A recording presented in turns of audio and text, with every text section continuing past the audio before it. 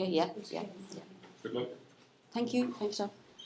Hello and welcome to the first in this year's series of School of Education research seminars. I am standing in for Colette, who is in Sweden hunting elk, eating meatballs and learning ABBA songs. So I'll be looking after Marita and making sure it doesn't stray too far away from the topic. And also cooking out some timing and also fielding questions, or at least fielding questions to Marita at the end there. As ever, we try to finish on time at 2 o'clock, so we've got other stuff to do. Marita's going to talk about half an hour, 35 minutes, 40 minutes, and there's plenty of time for questions at the end of that. And I won't introduce Marita because Marita knows who she is, and we know who Marita is, and Marita is more capable of introducing herself. Can I get to that part, yeah? So, When I get to the part where I'm starring, I'll introduce myself. Off you go. Thank you very much, Andrew, and thanks everybody for coming. I kind of wondered, would 2 come today? Would 10 come? So it's a good crowd, and I'm really pleased to see you all here. And so I'm pleased also to start the year with the research seminars because they get better as the year goes on. So it's always good to have your one over with. You're not competing with the person that was on the month before. So my topic today is a kind of an unusual one. It's called performance pedagogy. And I would wager that nobody in the room has heard these 2 words placed in that order together before now. Because it was a sort of a definition, or it was a term, or 2 terms we put together, which we actually coined to define what we were doing with the students around this intervention. So the research was carried out in collaboration with Mike Grenfell. Mike Grenfell is our colleague here in the School of Education, who now works in the University in Stirling. And the research actually started from a question he asked me about my course. And that started me curiously investigating his concerns around one aspect of it. So he sends his best wishes today, and would be here if he was invited, but he wasn't. So we have a picture of him instead. He's the guy on the left here in the front. Those of you who know him well will recognise him instantly. The hat, no, that's me. The happy one's me. Yeah, okay. So moving swiftly on then. I'm sure the few of you that are here today, the number of you that are here today, were drawn here possibly by Leanne's beautiful poster. And she took the Pitch Perfect poster, the movie, and she put onto it a perfect pitch. So apart from the poster, I suppose, you're all kind of thinking that if we have been involved in a project that involves pedagogy of performance, that at the end of 2 iterations, Andrew, I might know something about performance pedagogy, and I might today be able to make the perfect pitch, in which case I'd be able to help you to make the perfect pitch. But if life was that easy, we'd all be experts, because the theory is one thing, and as you know, the practice is another. So although I will be drawing on the theory of making a perfect pitch, starting with acknowledge your audience. What is the audience looking for? How do I meet your expectations? How do I even know what your expectations are? But I need to consider them. I know there's at least one person in the audience today who really doesn't want me to talk about theoretical frameworks, or maybe even conceptual frameworks. So I'm going to stay clear of those frameworks for the moment, and I'm going to satisfy the majority by presenting a story of our research, a narrative that I think might engage you, in the style of your own research, because I'm aware of the fact that this is a research seminar, so we take on certain formalities when we undertake to do that. A person sort of hoping to give a perfect pitch as well must bear in mind the authenticity of the subject and their self-belief. Do they have something to offer people who've given up their time to come along and listen? And I suppose in a way, age does bestow on me that luxury. I mean, I have been a teacher for a very long time, so I'm sort of authentic as a teacher. And I have been a music teacher for a very long time, so I know a little bit about performance. I'm a fairly novel researcher though, so I have then to go into the 3rd principle that I brought with me from our findings, which is in every presentation there has to be some self-revelation. And that self-revelation has to be comfortable in the knowledge that those to whom you're speaking, to whom you're performing, with whom you're engaging, will accept you for what you are, for your own humanity, will understand that in giving of yourself, you're expecting that they will understand that you are, of course, limited. You're processing the theory through yourself, through your own experiences, and that's kind of given it a more sort of a human feel, a more engaged, a more connected, a more communicative aspect. So basically, the project is a bit of practitioner action research, according to Mike Grenfell, who knows the name of all these types of research. And it involved identifying an area or a gap in the course in which I teach. It involved building an intervention around that gap. It involved, researching the reaction or researching the value of it, and finally looking at the impact of that course. So basically, this is an overview of what I'm going to talk about today. So I have it laid out somewhat in a somewhat familiar style, where I'm going to speak about the origin of the project, the rationale, the reason why we conducted it, how we devised the intervention, what literature we referenced, how we designed the research. So it's kind of on two planes. The students are experiencing it on one plane in order that they can use it in the classroom, and we're researching it on another plane to examine its usefulness. I'll speak a little bit, but not much, about the methodology. I'll refer to the data sources, particularly in the second phase, and then maybe refer to some of our findings and implications for practice. So it's a fairly traditional presentation, so no surprises. This here is where the students live most of the time that I teach. So for those of you who don't know me, I coordinate a course called the Bachelor of Music and Education, and it's run jointly with Trinity and the Conservatory of Music DIT and the Royal Irish Academy. The selection process for membership of this particular course is tough. So the students that we get have very high academic points, so they're pretty intelligent, and they've also been involved in mainly classical music for an awful long time, and they audition for a place on the course. As such, you'd wonder if the source of this whole project should be with them. Do they know about performance? What have we to teach them that they haven't come across already? They've had years of private tuition. They've had loads of experience performing in public, in feshes and competitive situations like that. But yet, the origin of the project comes from, at the end of the year, they perform publicly. And Mike Grenfell, who is known for his candour, by one of us who know well, didn't put a tooth in it when he said to me, "How come they're such crappy performers?" And I said, "What? I'd never noticed that before, because they've played for me on discs that I recorded. They've played at all kinds of events in my life, and I marvel at their brilliance for their age." But he said, "This course is costing us an awful lot. How come they can't play properly? They can't perform properly? What are we teaching them? What are you teaching them? Have you a course for this?" Etc., etc. And I could have ignored him, but it's quite hard to ignore, especially when he's head of school. But the second thing was that one of the external examiners recently had written, "A performance does not depend on the technical proficiency of the player. There are other factors that need to come into play. I would suggest the course address these factors." And the third reason for the research, it actually grew from a piece of research I carried out with Anne Devitt when I came to the school first, where we interviewed principals about what they felt were essential elements in a young teacher starting off, either their ability to teach the class, their ability to contribute to the school, etc., etc. But from that, we called it a threshold concept study. A number of principals mentioned that they had music teachers who didn't perform enough. They didn't hear enough music in the corridors. And they felt that music is a subject a bit like PE, Mark, where it's not confined to a classroom, but the whole school could be imbued with the culture of music performance. And of all the music's, performance is probably the one that gives us all, I suppose, the greatest satisfaction. So there were three reasons really for starting this project and looking at why is it that our graduates, who've been selected so carefully coming in, are not producing the goods themselves as performers, but furthermore, they're not producing it in school as well. So we looked at the type of music modules the students were getting on the syllabus. As you can see from there are quite a lot of them. So there seemed to be no kind of end to the amount of music they were doing, between keyboard techniques and musicianship and oral skills and practical performances and ensembles and choirs and orchestras. So there's really nothing more we could give them in that line. So what is it? Why can't they perform? What's stopping them?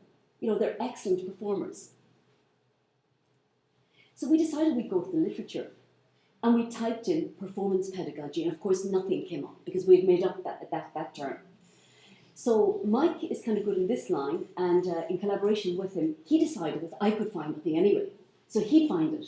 So he searched and searched and searched, and he found absolutely nothing. And the two of us, of course, were delighted. Because now it seemed like we were ploughing virgin soil. It seemed like this was the first time anybody had studied performance and called it a pedagogy of performance.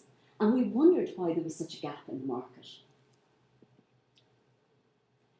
So we decided when we couldn't find in the literature that we would ask people who had come to the school for various reasons, and we were doing some research in the arts group in the School of Education, people who were experienced at performing, what for them was a magic performance? What, when they thought about performing, what brought the magic? And as you can see from Ralph McTell here, he said, people pay to experience. My punctuation is a bit funny there, isn't it? Not to see you. People pay to experience, not just to see you. The audience must experience, must feel. You are the sound creator. You can't be lazy. You must push, push, and push. You must never allow yourself to be lazy. And at that point, reading those words, you kind of wonder as teacher educators, does this whole performance pedagogy subject relate to something beyond music? Does it actually affect us as teachers? And is it something that maybe we should consider beyond just the realm of music performance? We had the luxury of working with John Sheehan, the Dubliner, last year, who he awarded a doctorate here in Trinity. And I took the opportunity to ask him, what is it that makes a great performance? And he thought for a second. The first thing he said in true John Sheehan style was, I would never know if I hadn't worked with Ryan Drew, Luke and Barney. I would never know what performance it was. He said, I would be a parlour musician. When I saw them perform, I knew what it was. He said, it's about starting here, hearing it in your head. It's about feeling it here, and it's about making it here. But he said it needs to be received here, it needs to come back to there again. Now I think as classical musicians, we would say, and the head. It needs to go back into the head again. And we have to wonder, in the balance of things, what do we spend most of our time at as classical musicians? Lucy Green, who is a professor of music education in the Institute of Education in London, came to talk to us a couple of years ago. We did a little bit of research with Lucy. She has just rolled out a huge project in England called Musical Futures based on performance. And we asked Lucy, what is performance? What does it mean? And she said, it's a special, maybe real ritualistic, I could call that, maybe not event, which is set off, or set apart from the rest of life. And this type of event is present in every society. We felt, although she's kind of right, there is a certain formality attached to performance, but is there more to it than just that? So we stuck with that for a minute, discussed it with the students, and we still tried to come up with something that was agreed by us all as being a definition of what we were about. So we went back to the literature again. We now have performance only without pedagogy, and we looked at performance as it appeared in the literature under philosophy, the philosophy of performance. What does it say about performance? What is the psychology of performance? Lots on that. And what about the sociology of music performance, all of us playing together? And that certainly gave us lots of food for thought. There's piles and piles of research on all three of those. And a guy from Uppsala University in Sweden, Alf Gabrielsson, has done a meta-analysis of all of the literature done on performance per se. And as you can imagine, most of the research, most of the empirical research carried out on performance is really around classical music. So if you think of Western classical music in relation to all of those, it sort of fits in. So topics like, for example, motor pressure, motor processes in performance, and down here physical factors, elbows that get stuck and wrists that get stuck and that kind of thing. Psychological factors like performance anxiety, will I ever be good again? Maybe if I do 10,000 more hours, etc., etc. So all of this started with a guy called Carl Seashore in the States in the 1920s, but there's piles and piles and piles of research on performance. Nothing to satisfy what we wanted. We wanted to teach the students how to teach performance. The students come from different backgrounds, so it was difficult to find one that suited us all. But the search for a definition for performance, one that we could work with, bound us all together, kept us all interested, and gave us plenty of food for thought in the initial part of the project. We decided we would accept Christopher Small's definition. He calls it musicking, he doesn't call it performance, and he sticks in the letter K in the middle of it. But we love this idea of the act of musicking establishes a set of relationships between all of the people that are taking part in whatever the capacity in the performance, What's really interesting we felt about this one was it wasn't just the performer and the audience, it was everybody else as well. So who else could be involved? It could be the stage people. If they're involved in it, of course, they're going to care more about it. It could be the set people. It could be, for whatever reason, the people selling tickets for the performance. But he said we have to remember, musicking involves everybody.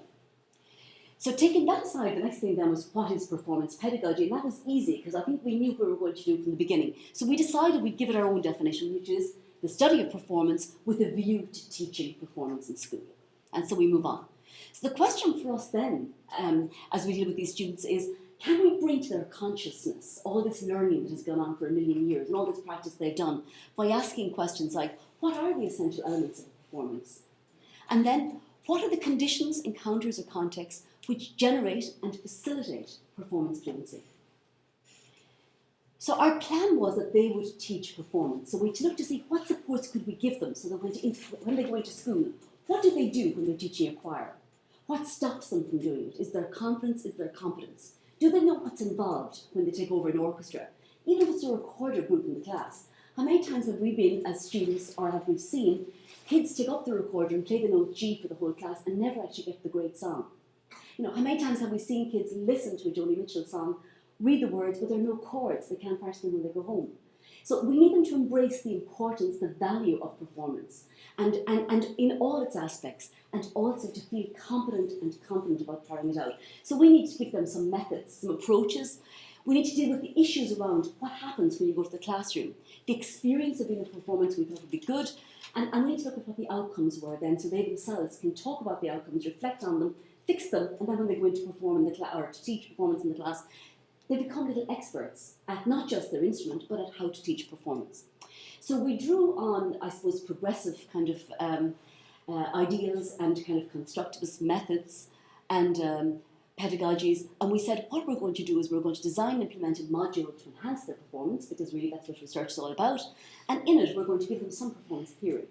Then we're going to go on and we're going to talk about the craft of performance, because the theory is one thing, but the practicalities of walking into a room and facing a whole pile of people, that's something else, so we need to deal with that. We thought the most important thing was the experience of performance itself.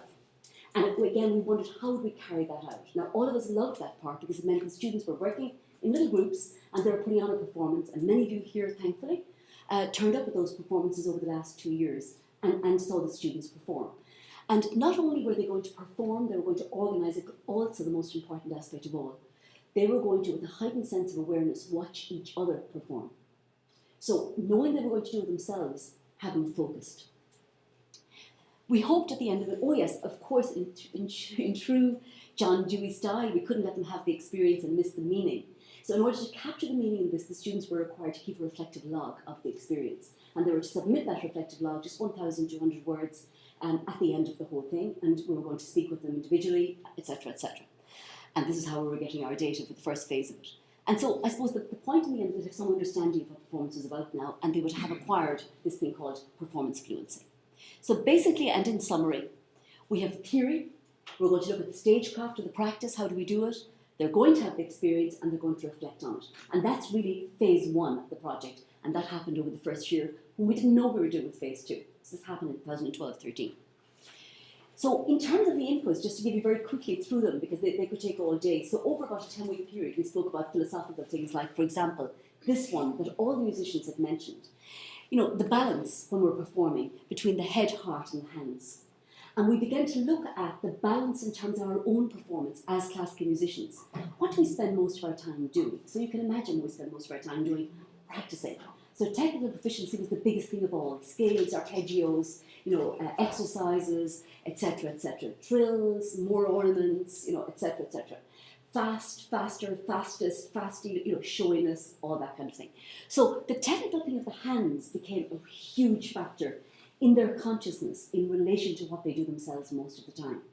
They then thought about the head. How do we give meaning to our performance? So we began to move into the areas of interpretation. What is the composer intention? How do we get this intention across? What if the audience came to watch us? I mean, is that what they're looking for? And then we began to think about Paul Brady, we talked about, Ralph McTell. They're not classical musicians, but they draw crowds. So we began to think maybe there's something else as well, something of the heart and something of the head. And maybe the head and heart are intertwined in some way, etc. We call those the disciplines of the performer, the head, heart and hands thing, with lots of discussions. And from both of our experiences as performers, and in both our cases, we were coming from very different angles. In my own case, I was a grand little performer until I did the B-Mus. After that, I couldn't perform anymore because it suddenly became competitive. I became a really, really bad performer full of anxiety and full of self-doubt and all the rest of it. I only became a good performer when I discovered alcohol, and now I'm grand again. And then I found my technical fluency and everything was just perfect. So that's my story. But these are principles. Mike came from a different angle in the sense he didn't learn formal music, so he took it upon himself to learn music. So between us, we looked at the literature and we had lots of discussions, and this was a fun part for us designing the course. What are the principles that we'd like to bring for discussion? So these were just to provoke the students into a reaction. When people get together with music, something happens. What happens actually? So we had lots of discussions around that. In a performance, things come together mysteriously and go better than we'd ever expect. Does it? And better than we ever deserve. Have we ever experienced that when we rushed in, played for somebody's wedding, baptism, whatever it was, rushed to a party? In my case, I know the night that I played with a drummer and a bass guitar, but I never realised I could play with people like that because I was always practicing Scarlatti. That was just amazing for me when I discovered things could go much better than I deserved, because I didn't know what kind of music they were bringing to the party, and I was just hoping there wasn't a piano there and nobody asked me to play. But suddenly, as I say, that's the night I discovered alcohol, I realised I could play their music too. That was just all based on 3 chords after all. And there were a million keys, but that didn't matter to a classical player. And then a performance can take on a life and character of its own. And go back a tiny bit there. Any one performance is a multiplicity of performances. We bring to it lots of experiences from before. This one is Mike's, as you can imagine. The possible is possible. What does that mean, the students would say? And he said, well, in the midst of anxiety, as I'm about to give a performance, I know what's possible. It's possible for me to walk into the room. So don't focus on the things that can go wrong. Just say, it is possible for me to present myself. I can actually show up. I've done that lots of times. I might have presented this lots of times, but I've shown up. So the possible is possible. The impossible is possible. With preparation, what you think is impossible, if you give it enough time, is possible also. And they've discovered, this is just one of the interpretations. And this was his as well, with capital letters. The 7th principle concerns silence. And it's amazing number of musicians who say, music lives long after the last note is played. Let it live. It lives in our feelings. It's gone from the atmosphere. It's gone from our ears. But it lives in our hearts. Why do we rush things in music? Why don't we just pause? Let it live and then move on. And as we watch players, of course, they do that all the time. We haven't noticed it before. So maybe as teachers, what we teach lives long after we stop speaking. So do we need the bell? Just to clamp down? Or do we stop? Allow for reflection, move on. So this one in science was one that really caught the imagination of the students, and they've done a lot with it in schools. And these are assumptions of playing together, that I intend to play well and I'll show up and my presence is going to be a positive one and goodwill and all the rest of it. So I'll move on. This one, the one about the craft, where the space, musicians practice, in their bedrooms or in small practice rooms, and yet they come out and they encounter a huge audience or an examiner. The acoustic isn't right, the lighting isn't right, the temperature isn't right, so their self-belief is going to be affected. So if they're going to be confident and competent, they need to have some control over the variables. They need to come a few times to see what it's like to move into a space like that and be petrified in order to know you come before that. So when Ralph Martia came to the Trinity first and he was about to play, the first thing he did when he went into the room was that. And he said, it's a bit dry, isn't it? What could we... So that was the very first thing. The second thing was, are these the only lights you have? So this is exactly right from the point of view of the John Sheehan did the same thing over in the Provost House. Again, he clicked to see what the acoustic was like. On the night of his concert, he changed all the seats around 5 minutes before people came in because he didn't want to face a door. He wanted to face a wall. So space, very, very important. The next one, being yourself, that authenticity. Having this feeling of self-belief, I can do it. So that comes from preparation, of course, setting the program to suit your ability, not going beyond it, not trying to show off technique you haven't achieved yet. The third is your audience. What does your audience want? What does it expect? If it's an examiner, what's the examiner looking for? Have you read the criteria? And finally then, your instrument. How much preparation have you put in to your instrument? How much technique, etc., etc. They kind of overlap. So the task was the students would go off and they would organise a concert, perform in it, and these are the beautiful posters made by Valerie for the 2 years running where it was run. The students were randomly assigned to groups. There were 10 only in the group. Unfortunately for the 3 of those, they got a piano and nothing else. All 3 of them were piano players. Now that was a problem. So they had to come up with something that involved a piano that isn't really a piano at all, the one that's in my room. The reason for that, the concerts take place here. The reason for that is we try to mimic a classroom at school. It's not an ideal situation. what can you do if the three of you are pianists and you two all play together as part of a group, well then you're going to have to find music that suits six hands, which they did, and they built comedy into it, where they started to do their nails or make tea and puck each other kind of in sort of like, Stooges style. But every now and again the proficiency came through and they thoroughly enjoyed it. And this one here, what do you do if you're a banjo player with a French horn, a soprano and a cello, And when they came to me and said, this isn't possible, I said, Benjamin Britten, Serenade for tenor, horn and strings. And they said, but the string is a banjo. That's, well, you're going to be creative. So they went off and they prepared their own theme music from the movies or something like that. So it forced them out of their comfort zone. It forced them to collaborate. It forced them to look at different types of leadership, distributed leadership, whatever it is.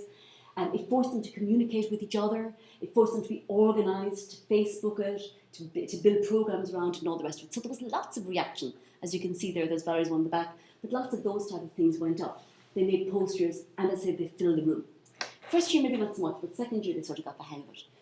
The end of the first cycle, the module was a terrific success. They all said they had great insights, and it's almost like, was there anything that you learned that you didn't know before? And really, in summary, what they said was, not really, but I wasn't aware of it before. So what it did was, it brought right up to their consciousness the elements that went into making a good performance. Whereas without this course, in the first, my reading of it was that they would continue to practice and practice and practice, and no amount of 10 million thousand hours is going to replace that feeling of connectivity between the performer and the audience. So they learned those valuable things about the importance of the audience, the importance of self-belief, preparation, space, and all that kind of thing. The second part of the cycle, and this is where it comes to the end now, very soon, is the application to teaching performance. So what we asked them to do the second time round was to consider, how did the performance pedagogy module help student teachers to teach performance in school? Was there any correlation between them? So we asked them to comment on which experiences were most useful in teaching performance, in which ways did the module impact on the teaching of performance, and then in the end, could we then, Mike and I and the students with us, construct a framework or a matrix for a module on performance pedagogy? Could we call it performance pedagogy? So we started and we looked at, did I put something there beforehand? Yes, the methodology, just there were 10 teachers again. They went out to 10 secondary schools just before the Christmas and Easter holidays. At that point in secondary schools, they're getting ready for the big performance at Junior Cert and Leaving Cert. They're getting ready for the end of year masses and all the displays that go with that. So we asked the 10 teachers that they worked with to encourage them to get involved in performance. And afterwards, we looked for data in supervisors' reports, their reflections and their lesson plans. Their lesson plans themselves, I suppose, were a source of data. And afterwards, we spoke with them. We did some semi-structured interviews with them where we kind of explored some of the themes that came up. And moving swiftly on then, we've that one spoken about already, and this is how we analysed it, so I don't need to read that with you again. Patricia, you're missing nothing there. It's just a repeat of the same old, same old. So basically what they came up with, after we had kind of looked at, from everything that was said, were there sort of signposts for us that we needed to refer to and to keep as part of our structure for this performance pedagogy thing? So a lot of them spoke about craft. They said, if I now know about stagecraft, I know how to organise my class. I know the factors I need to take into consideration. I know what I have to have done first. I don't just come in dreamily and say, did you all practice that? Can we hear it again? I have a plan. The other thing they spoke about was the theory. And they said the theory helped them in certain ways. We might look at some of those bullet points there, a lot of them, some of their own voices in a second. The theory was very useful.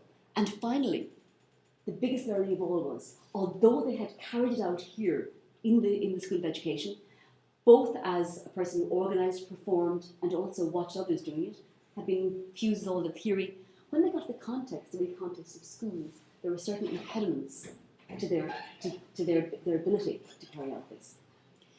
So the three things we decided we'd focus on then, the three areas were the craft, theory, and performance, and we'd look first of all what they said about craft. Can you read that? It's very light, I know. But I just stand over here and Patricia said to read out what they said. It's all kind of light in the sense that I think one thing we did realise was that we do need to give them a course on reflection, because they're not great on reflection. So in terms of the craft, the stagecraft, how do you set a performance? They said, this is a really useful tool. I never experienced anything like this before. In other words, I didn't know what to do before I went into class. And later, before doing this course, I never knew something like this, something like that there. I thought I was getting a recipe. This is an interesting one. I thought I was getting a recipe book. I thought I'd know, like, if you do this, this, and this happens. But in reality, it takes a lot more practice to learn how to apply these things in situations. So, It's a little bit of research. We can't make any claims that they were completely transformed at the end of it. All I can claim really is that they had a certain awareness that they didn't have before. I felt I knew what I needed to do to get the best out of the students, and my confidence helped the students. So we have here clearly a student claiming to have confidence in terms of teaching performance at the end of it. Practical, useful and relevant, that was good enough for us.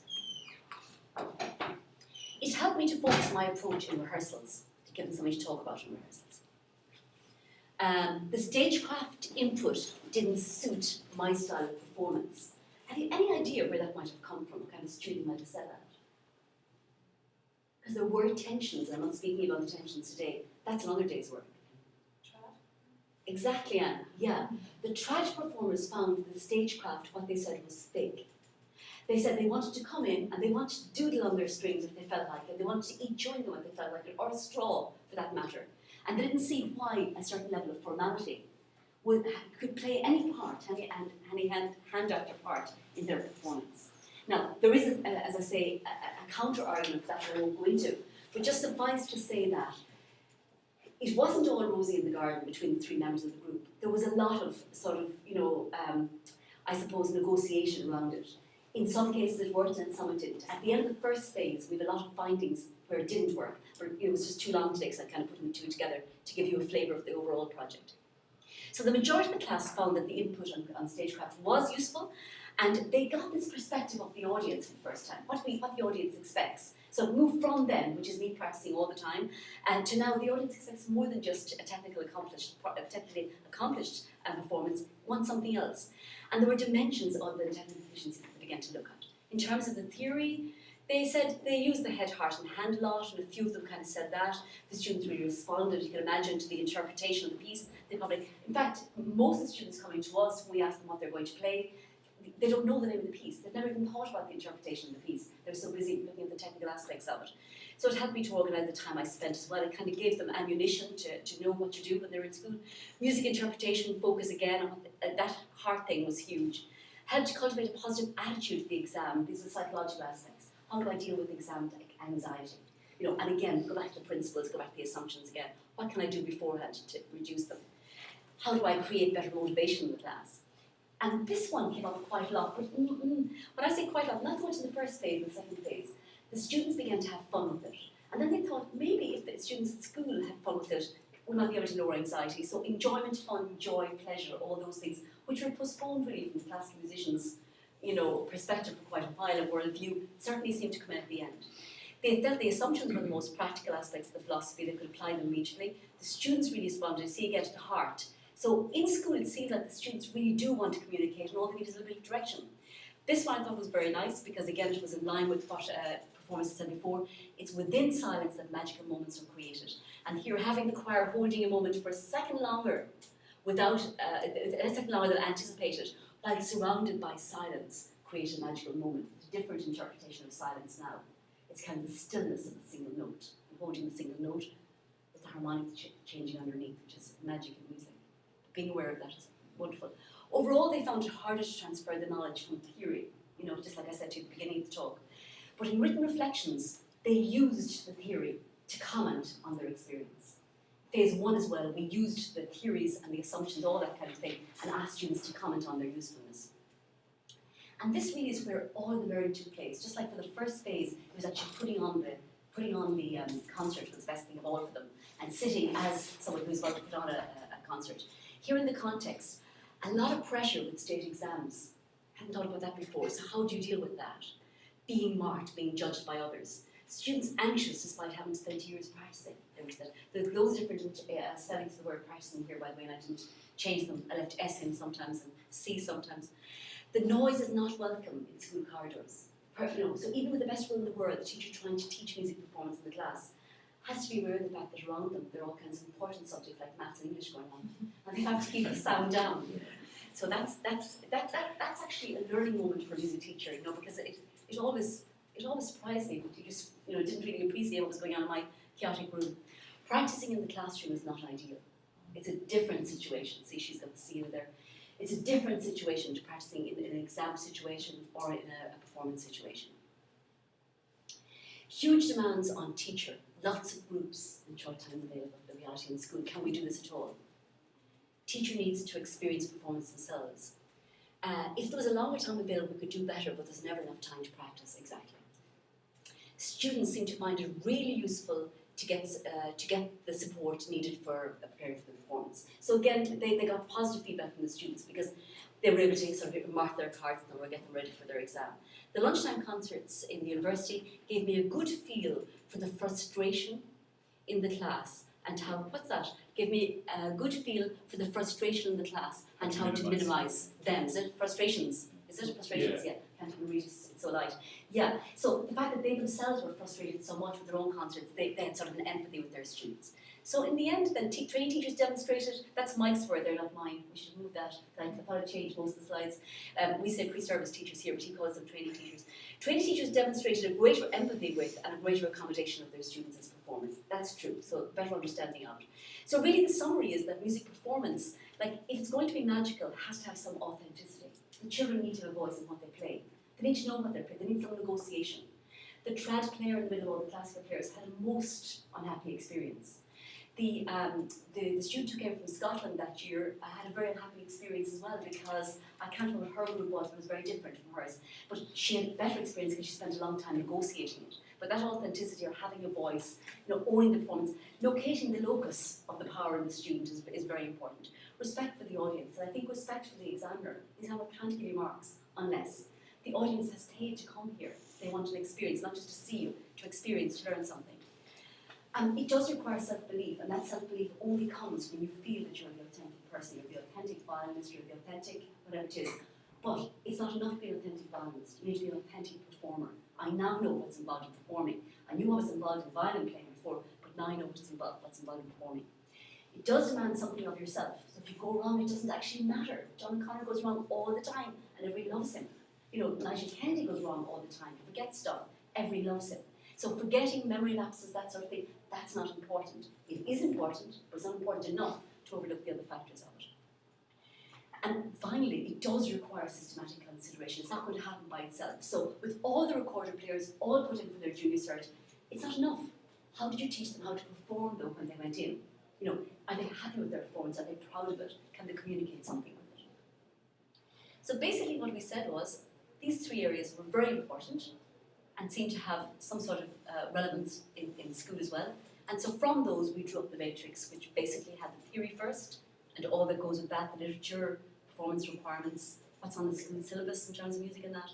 So that was all about the theories and the rationales, I suppose. And here then, we said that the performance experience is very important. And nothing like that really, both in terms of putting on the performance itself and also the classroom. You can't experience it without doing. And finally we felt that, reflecting on it was terribly important as well. That, they need to be aware of the fact that school context, and by reflecting on the school context and comparing it to the one before, etc., gave them a certain sort of, as I said before, I keep using this thing about surfacing to consciousness, but brought it to the top of their heads and made them aware, really increased their awareness of the dimensions in performance. And we kind of wondered in conclusion if, when the students had an expanded awareness of themselves as performers, does that go beyond being a musician? Does that go to pitching an interview, to doing a PhD viva? Like, does it move beyond performance? And a greater empathy for their students, and surely that's one of the most important things in teaching, that we need to understand where they're coming from. They knew what it was like to perform themselves, they knew how nervous their students would be, and they had to build up the skills to deal with that. And finally, supervisors and students reported changes to practice. Very, very, very minimal changes, like lots of performance in the class, lots of direction from the teacher, based on their insights, based on the students' insights. So overall, I'd say there was huge buy-in from the students. There was awareness from them that knowing about isn't the same as knowing. Knowing about. So if we had done a theory class and we had sat back and watched Nina Simone performing, and we did really enjoy that, and we talked about the features of performance in it, I'm not so sure, and I think the students wouldn't be so sure if they really would have got it. Doing it seemed to be very important. Changing behaviour, any social science kind of research, it's, I suppose we call it soft research, in the sense that changing behaviour is very, very difficult. It takes a long time. It takes practice. But if they don't get it here, as training teachers, as Mike would say, as what I call the pre-service teachers, if they don't get it here in the school of education, when we think we're educating the best of them, when are they ever going to get it? And then finally, I think this, where we're going to move on with the project, is about the transferability. Because I did say to some of the students when I saw them on their final teaching practice, as they welcomed me in a formal way, boys and girls today may have a visitor. The year before that, they wouldn't have done that. They would have just continued on writing and just kind of looked at me and terrified. But I saw that they framed the experience of the supervisor coming in a different way. They entered the class a little bit early. You know, there was lots of interaction. But again, is that maturity? Is their final teaching practice after all? I can't draw any conclusions from that or make any claims. But in terms of transferability, we stop. Oh yes, I want to show you that. This small little fledgling research project that grew out of a gripe on my grandfather's part became a published article, which is wonderful. So we presented it in Rome, we presented it in Budapest, and nobody had ever heard of it before. And Gabrielson, the guy in Sweden, is very interested in it because he hadn't thought about it either with all his research on performance. And so it was published just recently in the Arts Education Review, and there's another article waiting to be, it's just gone out for peer review. So we've made a little bit of progress as researchers with it. So it's not the end. Our future plans are to look longitudinally at the impact of this when teachers go out if they can get jobs. It's going to be a little bit difficult, but we might track 2 or 3 of them. And just looking at this beyond music performance into a wider application, and that's it. Thank you very much, all of you, for listening so patiently. And sorry for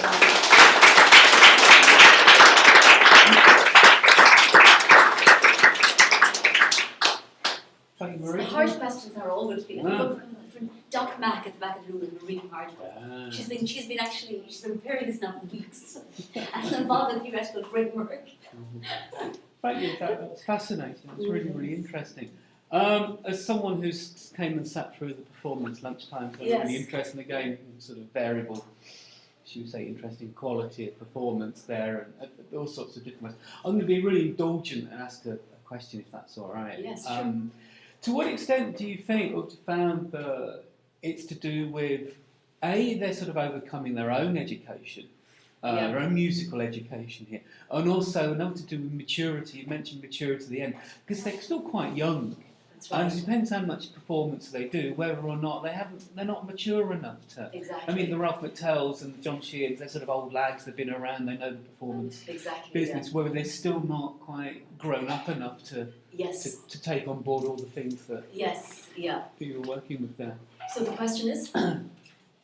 Is it to do with their own maturity? They're not, so you're teaching them to be mature, that maybe this is a natural process that might emerge from them being performers at some point 10 years down the line, but because they have to do it as teachers. I think we all agree that actually is true. I mean, an awful lot of it is about maturity. But I think, they're going to become music teachers. A lot of money has been invested in their education. When they go out into the school, it's going to take them 10 more years to kind of facilitate performance in the school. And it's going to be a question of just trial and error, or it might happen to someone, it might happen. Because I think all of us are aware of the fact that studying music in school can very often be a very silent kind of endeavour and can be a very cognitive experience rather than an effective or whatever it is experience, So I think that it's important, if we are putting the money into all the other aspects of the course, that we don't overlook this important one. And I think it's the same with teachers right across disciplines, not just, we could say, look, in Trinity we have a year, 2 years to prepare our teachers, geography teachers, maths teachers, but how many years are they going to be practicing until they get to be really good teachers? So I think any intervention that enhances practice, I think is opportune at that time. But I think you're right. Thank you. I just want to follow up that point about maturity and ask the question, do you feel that young performers, I'm talking about infants all the way up to school, secondary school, do you feel that they are given any kind of guidance on performance themselves beyond copy what we do or copy what goes on before?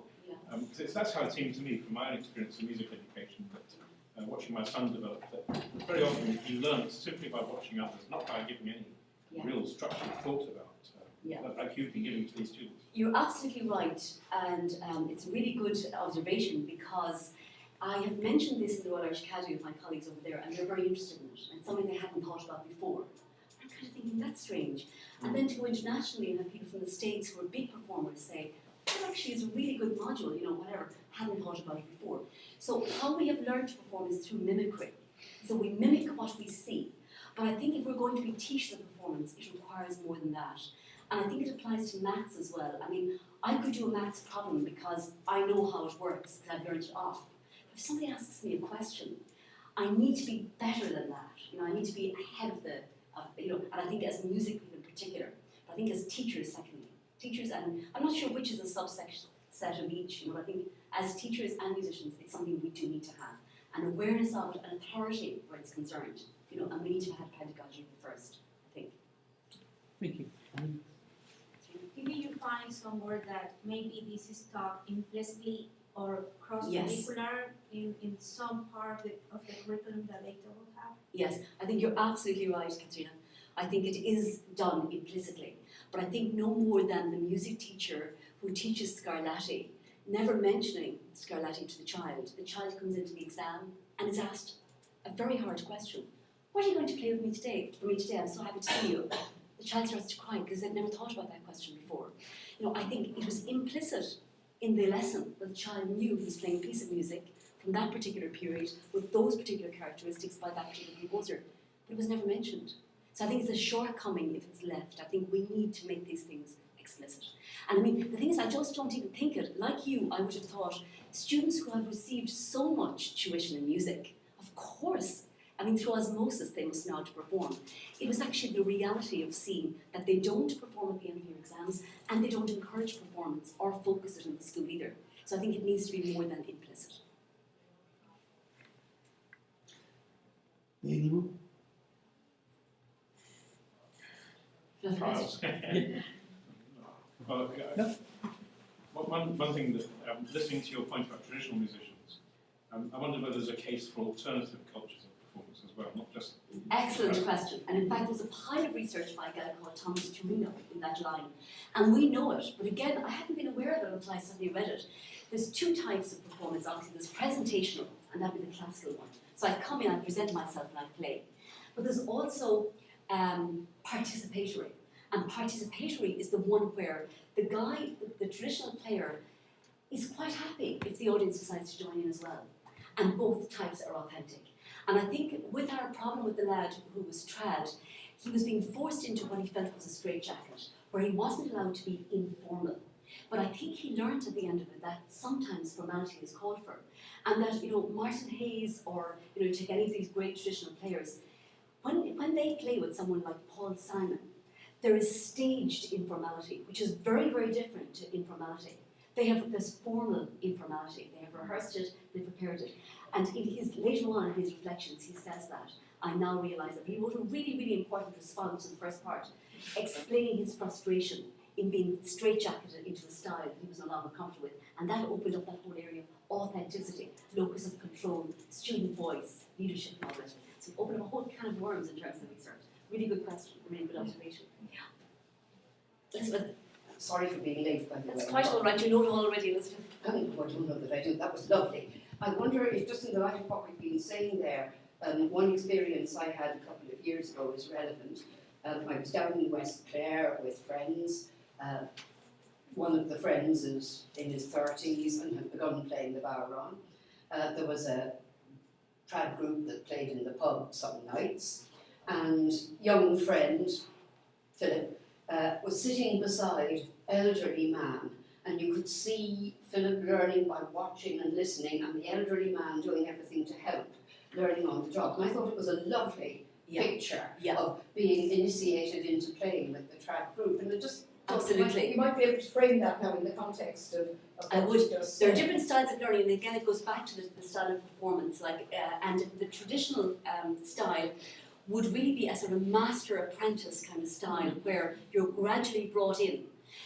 Whether you're playing one note or two or whatever, it's gradually brought in. The music isn't seen as the end result. The end result is the communication, the relationship between people. I think in classical music, and the reason really I suppose that we're all in the straitjacket in terms of performance is classical music, the music is the most important thing, and we look at ways to get the music across, and we look at impediments to that, and impediments would be not practicing enough, not having the right notes, not interpreting things, you know, etc., etc.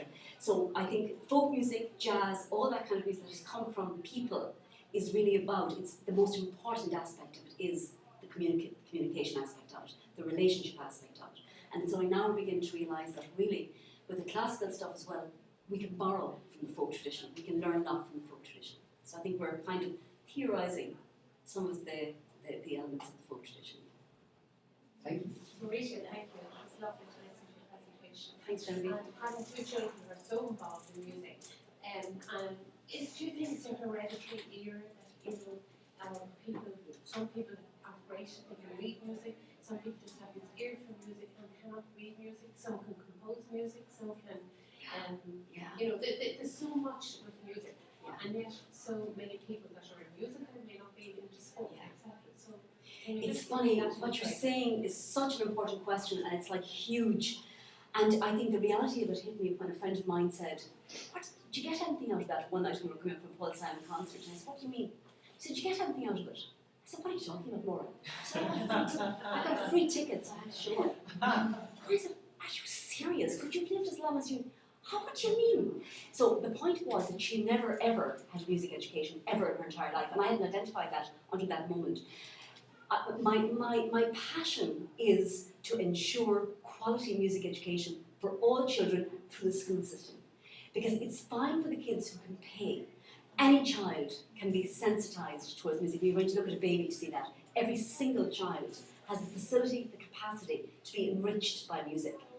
And it's like the difference in the philosophical things between, you know, I think, Andrew, we had this conversation, that kind of nowadays it's no longer considered kosher to kind of speak about differences in the reception of music. So because I have a degree in music, I can hear this piece on a different level, which is much more important than you, because you haven't got the degree. Because now you'd say, well, okay, I just read that English book, do I need a degree to understand it?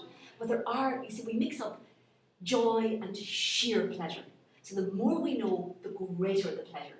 So teachers in the primary school aren't specialists. So children go right through, and they don't move beyond joy. You know, the joy of hearing a piece the first time, the joy of singing along to a tape, but the sheer pleasure of knowing the ingredients of that piece and identifying them and transferring them is something they will have for life. And I think it's a huge shortcoming in the Irish system that we don't have that.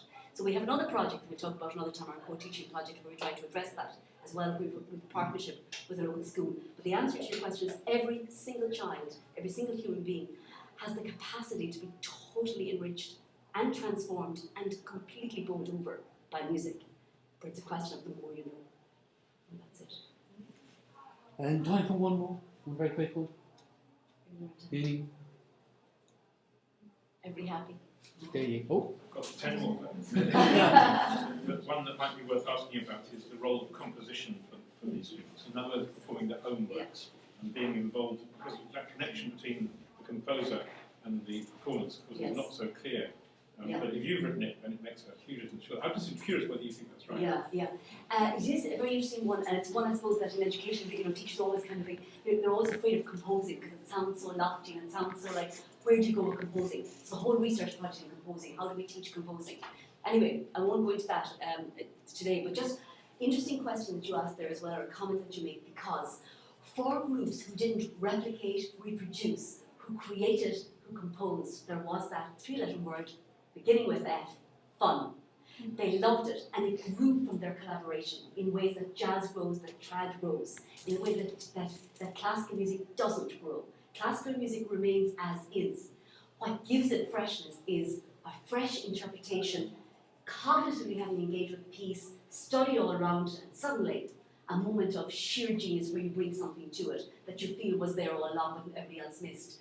But the composing made it really, really fun and made it gigantic and made it communicative and everything. Yes, it's a really good observation too. Thank you very much, everybody. Thank you.